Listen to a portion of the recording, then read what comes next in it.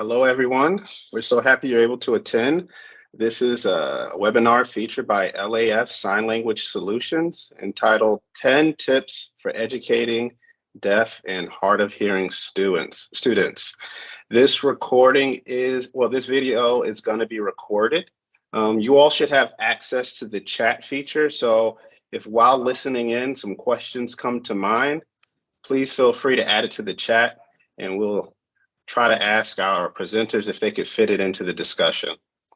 As you probably saw with the invitation, we have Lillah Harris. She's the owner and lead interpreter of LAF Sign Language Solutions. She has a background in early childhood education, and she has taken the EIPA and has worked for several schools, and now she helps out with providing virtual interpreting services to schools throughout the United States. Also, we have Kerri Courville. She is the director of the Southeast Texas Regional Day School Program. There, she is an advocate for over 180 deaf and hard of hearing students in several different regions. We have Sophia Miller. She's an interpreter. She works with LAF Sign Language Solutions currently, but she grew up with a deaf sibling, so this gives a unique perspective on educating deaf individuals. And she has over 30 years of experience interpreting in various settings. And we have one additional guest that was not on the initial invitation that we wanted to feature. She was able to join us, Dr. Keisha Lowery. She works in special education and deaf studies, and she has a doctorate in leadership and management. She has been the teacher for the deaf and hard of hearing for over 10 years and has helped to rewrite the certificate of exam for deaf and hard of hearing students in the state of Florida. So right now she's working with various schools as a virtual consultant. So with the introductions done, we can go ahead and pass it along to you, Lillah, to get started with the 10 tips for educating deaf and hard of hearing students. Thank you so much. I personally wanted to thank all of our presenters, Sophia, Kerri, and Keisha, for joining us this evening. We also really want to thank our guests for registering and attending this evening. So I'm looking forward to a lively discussion with all of you. As we know, this topic is really important because educating deaf and hard of hearing students requires a lot of thoughtfulness and plenty of collaboration. So that's why we're here tonight. So all of the thoughts expressed are based on our own experiences working in this field with deaf and hard of hearing students. We hope that everyone will leave with something that they can take away from it. So we'll go ahead and jump right in. We have 10 tips that we want to discuss, and let's look at tip number 1. So tip number 1 is language exposure, exposing your students to language as soon and as often as possible. So there are many ways that this can be done when we're working with deaf and hard of hearing students. You see some of them listed here. Ideal situation would be that when the student is young, even before they enter school, they are exposed to all different forms of communication, including sign language, if that is appropriate for them. And maybe I could ask Kerri, Ms. Courville, if she has any other suggestions on how to expose students to language. Absolutely. Like you said, the earlier, the better. The biggest thing that I would tell our parents and even our educators is labeling. Label your classroom, label your home.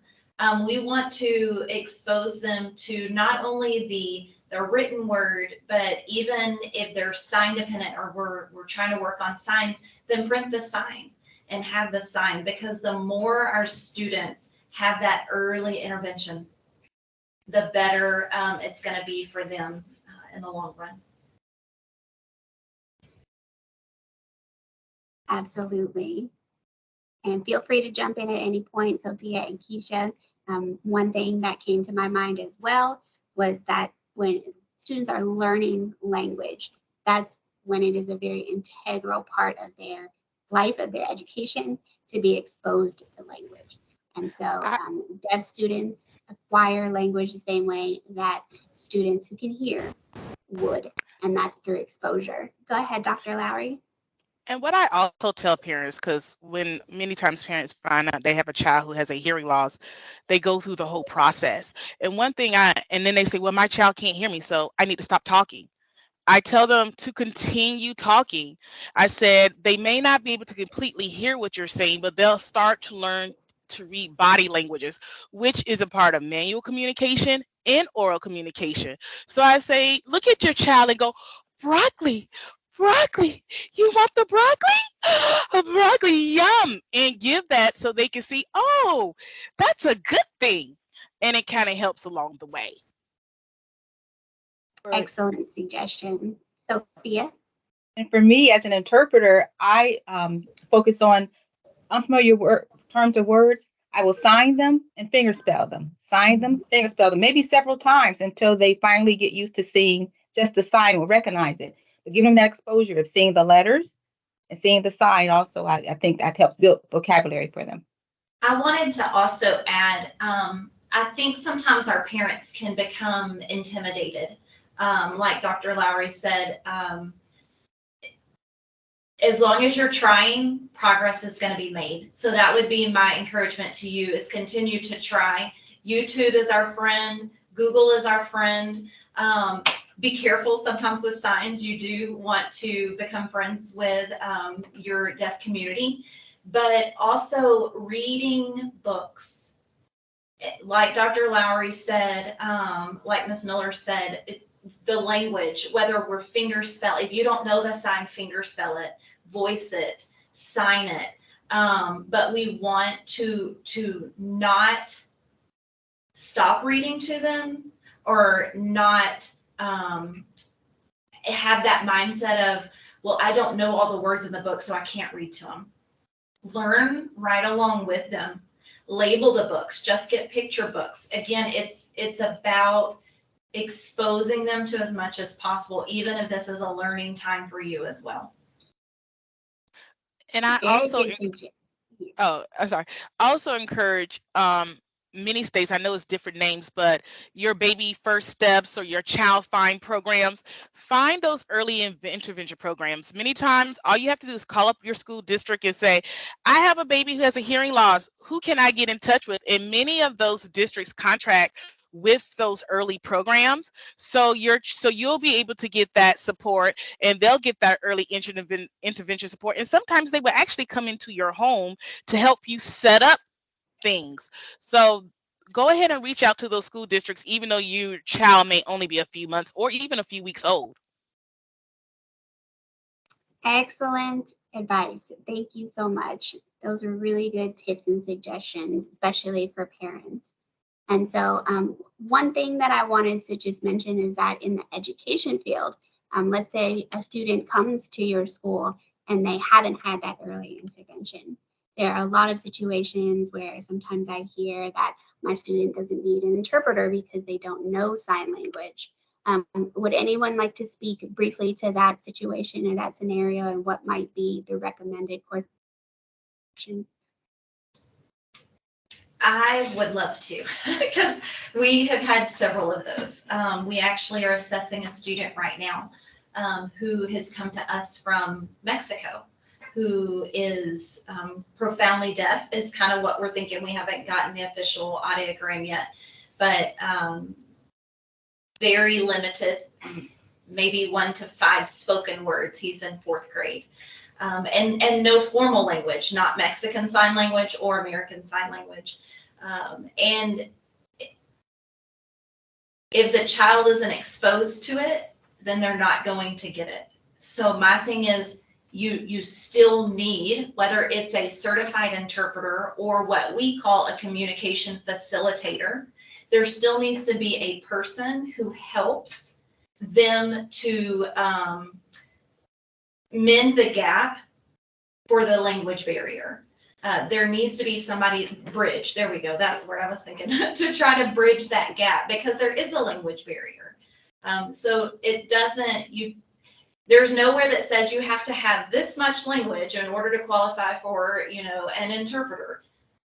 if they're not exposed to it, they're not going to pick it up. So. Thank you, Ms. Courville. So there's so much to discuss on all of these topics. I really appreciate your comments so far. And we're going to move ahead to tip number 2. Can I say one more quick thing real quick? I'm sorry, real quick. Just one word. Yes, ma'am. Pictures, pictures, pictures, pictures, pictures. Okay, I'm fine. Excellent. Thank you. So tip number 2, and we're going to talk about more of this as we go along too, don't worry. But get to know the laws that protect deaf students. Another really important thing, especially for administrators who are working with deaf and hard of hearing students, is to know what laws have been put in place in order to protect the rights of the deaf students that are in mainstream schools or in other settings where they should be receiving certain services in order to have equal access. So does anyone want to speak to this? Getting to know the laws that protect deaf students, and 3 of the main ones are listed there. There's also a resource that I found very helpful from the National Deaf Center website that shows different ways that school districts are complying with the laws that are put in place. I don't mind talking, but I don't want to talk too much. So if anybody else wants to jump in, but with being in the schools so much and in my position, all 3 of these are something that come up on a daily basis. Something just to remember is a student who might be under special education receiving services through IDEA doesn't mean that ADA is not there as well, or that it's not one or the other, it's all of them.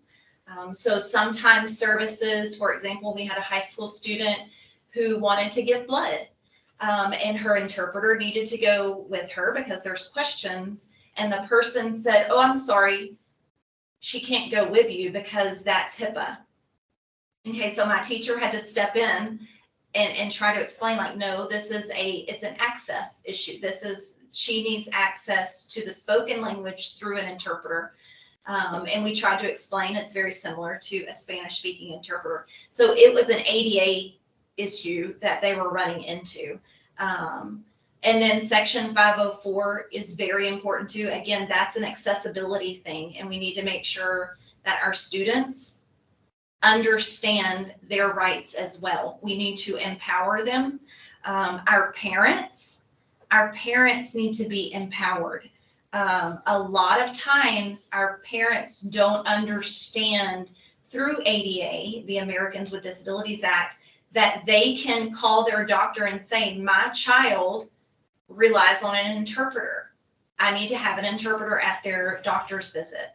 And so the parent brings the child, and then the child is absolutely lost because they have no idea what is going on during their own medical visit or dental appointment, which can cause a lot of anxiety, causes a lot of stress that can be prevented if we truly understand the laws that protect our students with a hearing loss.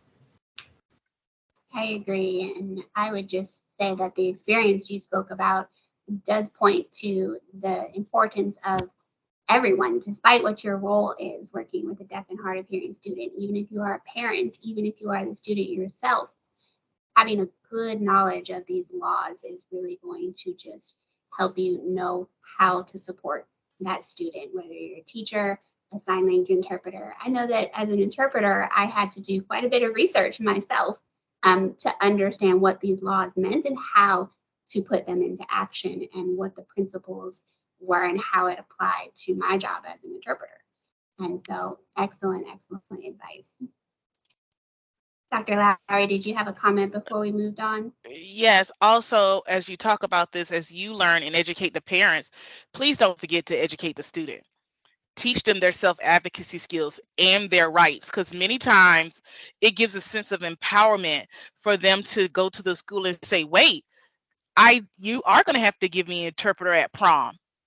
No, that doesn't mean that I go to a different field trip. I'm going to go to the play the same as my class. I require an interpreter and it's my right. So also teaching that self-advocacy standpoint as well.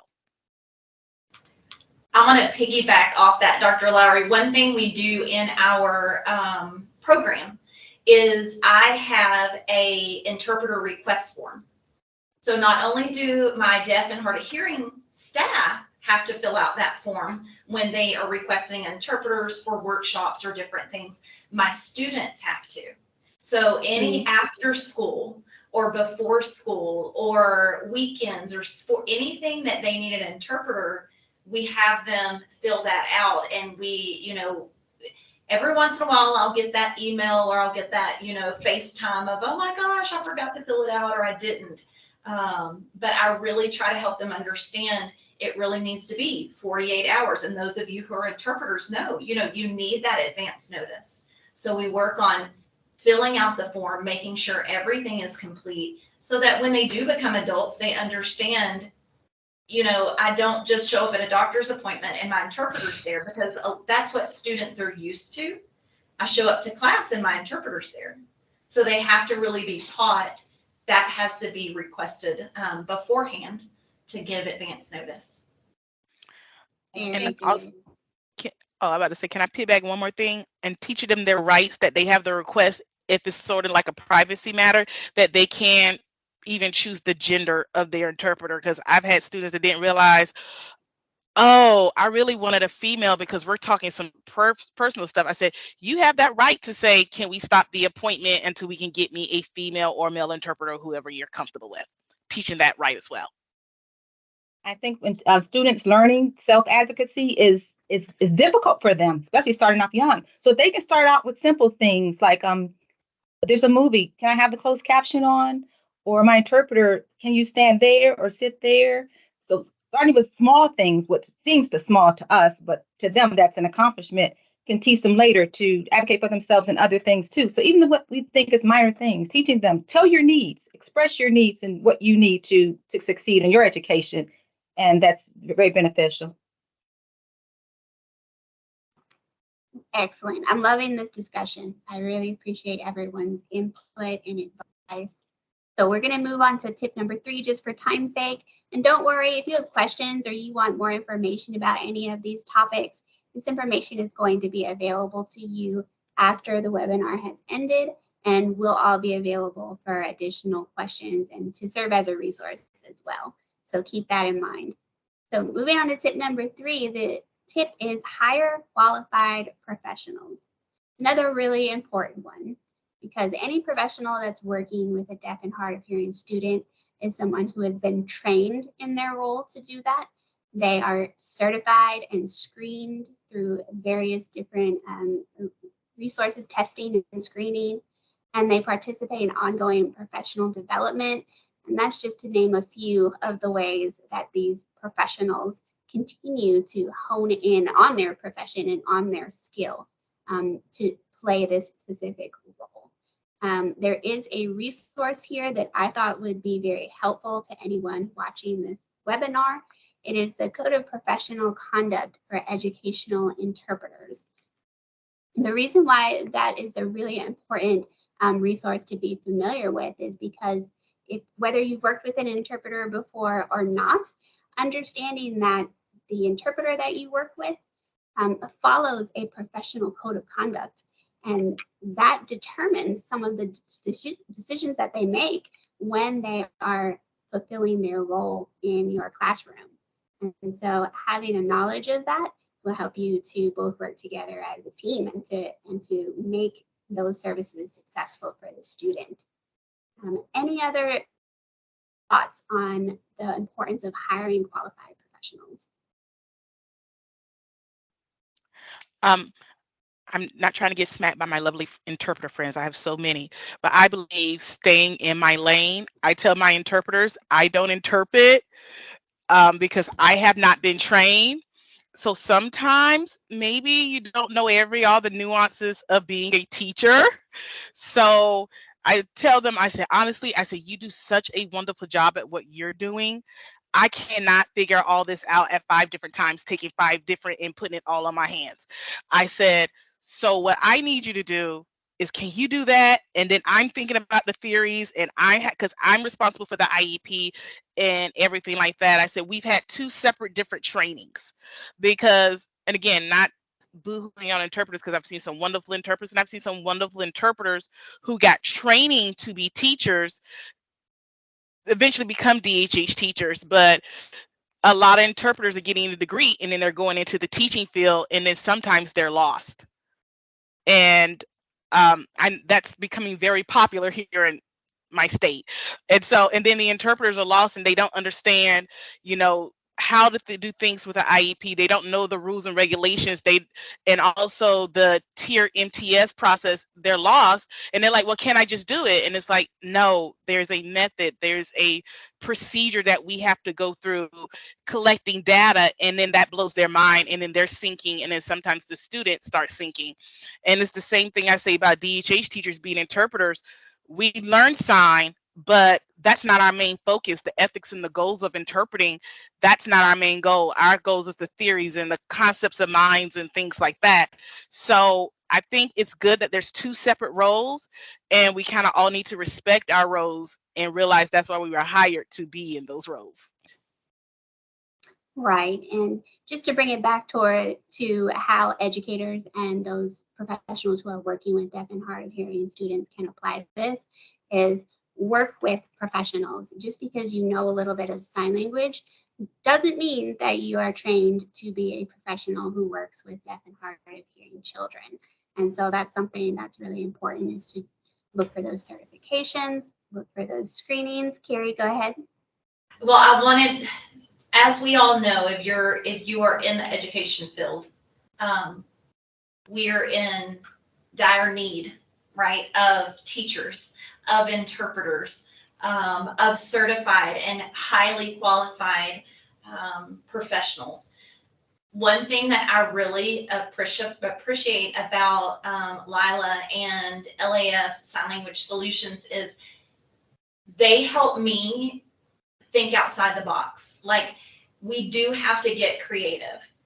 So that's what I would just encourage you, if you are in the education field and this is one of those struggles, because I'm right there with you. I have vacant positions right now, and I have a permanent sub in a position. So it is frustrating. Always the goal is to have and hire qualified professionals. But as far as interpreters, one of the things that has really helped is the virtual interpreting that has opened up, and having certified interpreters. So that is truly, thank you, Lillah, to you and your team. It really has been helpful in meeting that need as far as having certified interpreters for our students. Thank you, Kerri. I appreciate that. So moving on to tip number 4, and like I said, I'm loving this discussion right now. So thank you. Keep it up. What I thought we could do for the next couple of tips, because they are a little more focused and centered on one thing, maybe I'll just call on one of you to just discuss how educators can put this into practice, and just to speed it up a little bit so we can get to our last points as well. So tip number 4, understand different communication options that are available to help the students that you work with. Keisha, would you mind maybe speaking a little bit to how educators can utilize different communication options with their students? Sometimes when you come across students, you have to be very flexible when you're going into the communication options of students, because many times you've been told this is going to be an oral student, and then you're just like, this kid is going to have a very hard time communicating with oralism. So let me try and give them some sign language. And then you may have a student who is signing, but then they have speech, and you're like, ooh, do I go in there and I start working with those oral skills? You have to really do what I've always been told: adequate access to language. and putting your personal beliefs to the side and making sure that the student has communication, one way, shape, or form, where it's oral, where it's sign language communication. The thing is to get the students to be able to communicate expressively and receptively. So sometimes you have to do total communication, which you're signing, giving them the pictures, giving them the written language, giving it all to them so that they will understand that this sign in, means this in print, which means this auditorily, and they can all make it together so that they can then express themselves. And sometimes it's a test and trial area to see which one they're going to pick up, unfortunately. Sometimes you have a kid who will pick up that sign and you're like, yay! And then you have this kid that you're going like, oh my gosh, I have been teaching the word cookie 5 times and they still can't get cookie, but they're saying ookie, ookie. You're like, okay, I need to put my hands away and just go cookie, give them that oral. So you just have to keep working, keep trying. And sometimes you're going to have a kid who's a total communication kid who's going to give you everything. But importantly is that they're getting adequate access to language for expressive and receptive skills. That is perfect. Thank you very much, Dr. Lowery, for speaking from your experiences. We can move along to tip number 5. Plan classroom placement, acoustics, and assistive technology. Again, a lot of ways to do this. Sophia, would you like to speak to how educators can plan things in their classrooms in order to support their deaf students? Yes, just as in if an interpreter is in person in the classroom, you would need to make sure the interpreter is at the front of the classroom or near the teacher. The students in the front, on the first couple of rows, close to the teacher and the interpreter, so they can see both without distractions. I've been doing more interpreting virtually recently, and it's really tricky there because the sound has to be, I have to be able to hear. The student has to be able to see both the interpreter on the screen, but also the teacher. Any smart boards or other things that are used. Make sure that there's closed caption on there. Where the teacher's position, all that goes into play when it's done virtually. But the importance of even the microphone, where are they? What can I see the students' hands? Many times they're too close or they're too far away, so I have to be able to see their hands. All that goes into play, and make sure that they receive the same message as very equivalent, close to equivalent as a hearing child would hear too. I know with devices, computers, are they well charged? Will it die soon? They have to change it out, get a new computer. So plugging that in, will they miss class if they do that? I know sometimes videos are shown and the teachers may tend to dim the lights for the hearing children. Maybe that won't work for the deaf child. But that deaf child, hard of hearing, can advocate for himself and say, I can't see, can we maybe shut off one light, leave the one on my side on? They can say that. But being aware of all these things focus to facilitate the deaf students' learning is so important. I agree. And just to go off of that, it is a lot to have to take in and think about when you have a deaf student come into your classroom. And so collaboration, work with the professionals who understand what might be needed as far as seating arrangements or lighting in the room. And also, Kerri, you mentioned before virtual services as an option. I felt like this kind of fit into assistive technology because as technology advances, there are even more options to support the needs of the students. So take everything into consideration. Thank you for that, Sophia. We can move along to tip number 6 now. Utilize visual aids and accessible learning materials in your classroom. Kerri, you sort of mentioned this before and touched on it a little bit. So I wondered if you could just speak a little more about how this will help educators support their deaf and hard of hearing students. Absolutely. Any visuals, we know even if our children are oral, visuals help. They help with that understanding. So anytime we can add to it in the classroom, again, or at home, it really doesn't matter in what setting, it's going to help our students to become more successful. So things like this, the diagrams, the illustrations, the visual schedules, it gives our students just that connection. They need multiple connections within the brain. And because they have missed some of that incidental learning, when they have those visuals to be able to connect with the voiced word and the signed word, it's kind of like Dr. Lowery is saying, the total communication. We want to give them everything so that they can just gain more access to what's going on. Exactly. Perfect. Thank you. Okay, we're going to move on to tip number 7. Foster collaboration and inclusion in your classrooms. This can mean collaborating with everyone involved on the educational team: teachers, interpreters, teachers of the deaf, speech language pathologists, audiologists, therapists, parents. The list can go on and on, right? But it's so important for everyone involved on the child's IEP team, educational team, to work unitedly. We all serve the same purpose, which is to help that student succeed, whatever it takes. And so, are there any thoughts about how to foster collaboration as a professional working in a classroom, maybe a teacher working with an interpreter, or vice versa, maybe a parent working with an administrator? How can educators and administrators foster that collaboration? Communication. For years and years, I've always been told I have my job, the SLP has their job. We do not crisscross. Finally, I start talking to my SLPs because I'm like, our goals are kind of backing up each other. Why are we not talking?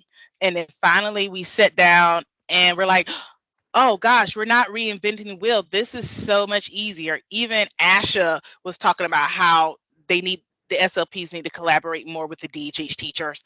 And it just became a natural flow. And then bringing in the interpreters to say, okay, this is what we've been working with, the signs that we're having trouble with the speech and language. What signs do you know? And then before we knew it, it was a huge collaboration. Everybody's job was easier.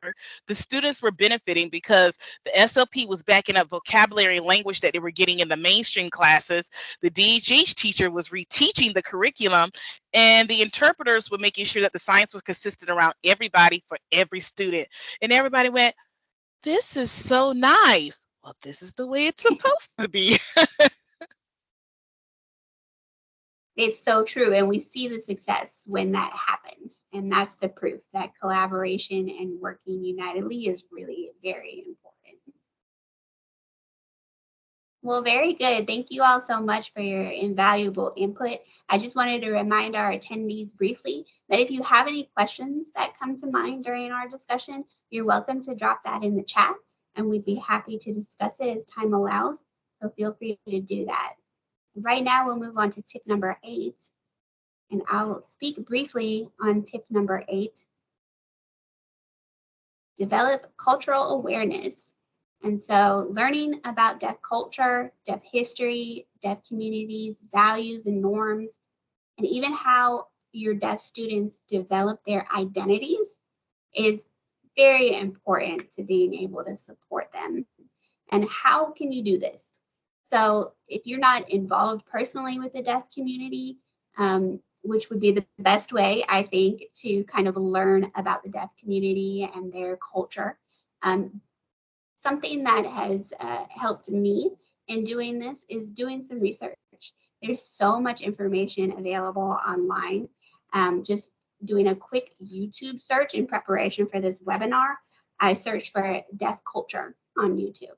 And what came up were some excellent resources. There was Introduction to Deaf Culture from the Minnesota DHS, a TED Talk that I've watched so many times from a deaf presenter, Protecting and Interpreting Deaf Culture. Deaf Culture 101 from the Iowa School for the Deaf, Through Deaf Eyes, which was a video that was produced by Gallaudet University. And those are just a few of the results that came up in my very brief research. And so as an educator who is working with deaf and hard of hearing students, That's a very easy step to take to just allow yourself to be more aware of what it's like to be a deaf person in a hearing world, in a classroom full of peers who are not like you. And it's something that can really help you to have empathy and also just be supportive to your students. If there are no other thoughts, we can move on to tip number 9.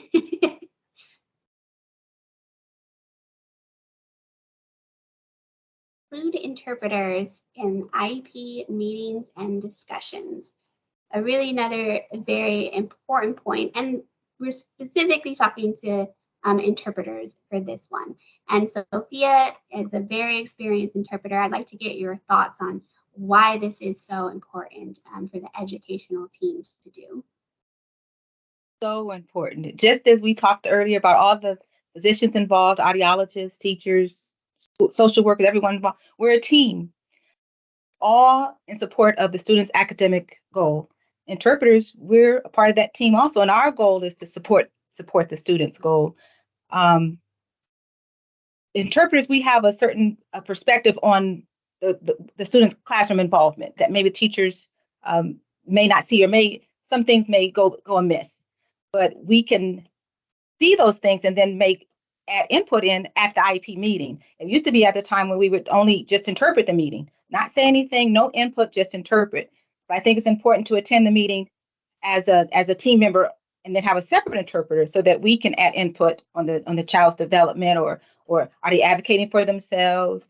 Has their vocabulary expanded? We can add that maybe it wasn't as visible to the teacher. So I think it's important to include us because we're all included in that goal for the student to excel academically. So it's very important to work together as a team and support one another. Very true. Any additional thoughts? I would like to share. Oh, sorry, Dr. Lowery. I was just going to say, if it is sometimes challenging for schools to include everybody that is needed at that one time, at that one date and period, a good thing to do is, again, it's that communication and collaboration.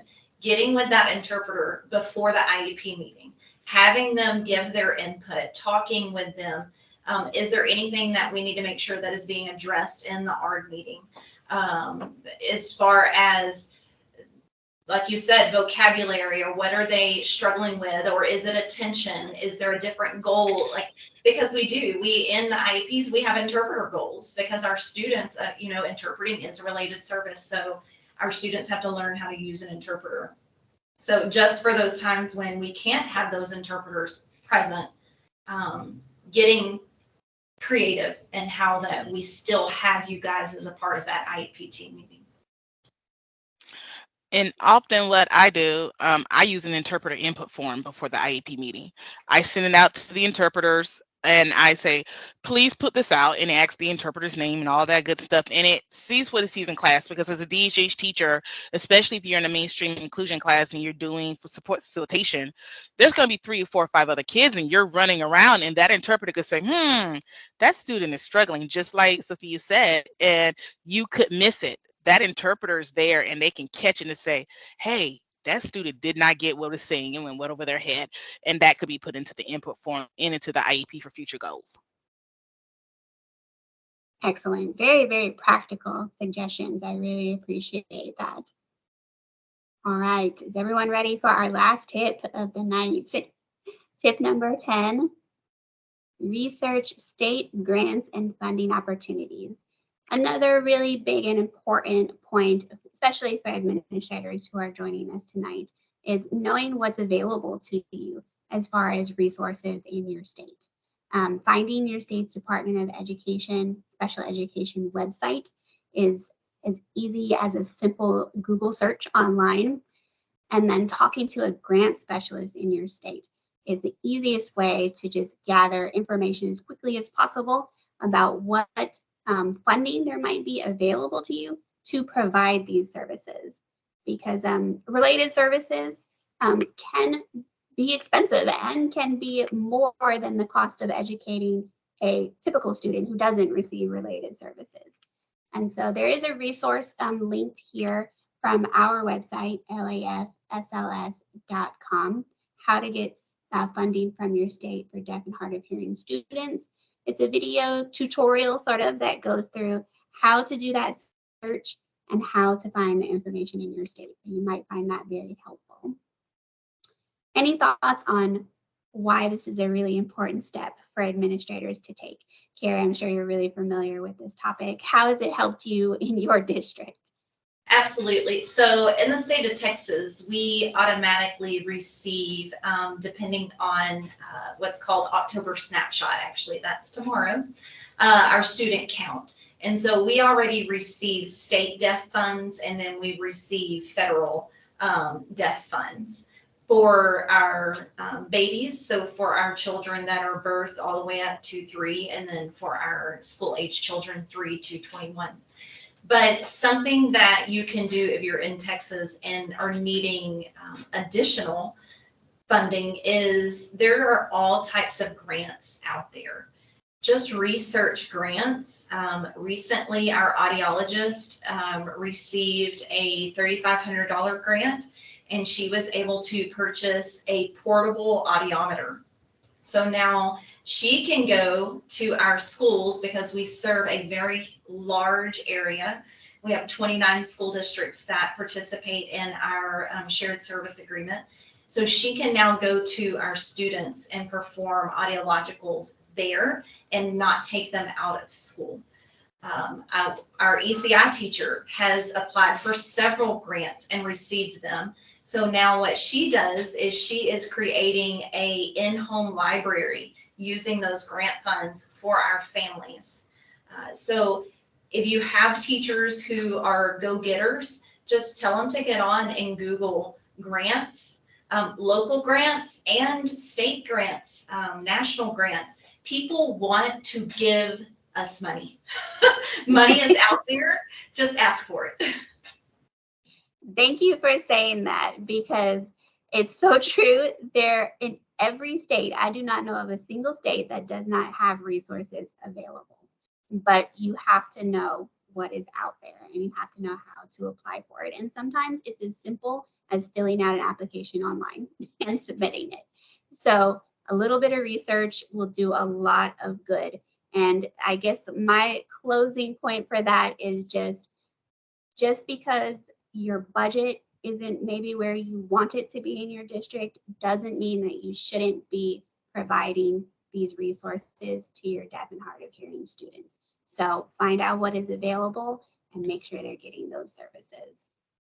Well, I cannot thank my presenters enough for being here with me tonight, for speaking on these 10 tips for educators working with deaf and hard of hearing students. I wanted to just turn it back over to Trey Harris at this point. He has some closing comments and he'll let us know if there were any questions in the chat.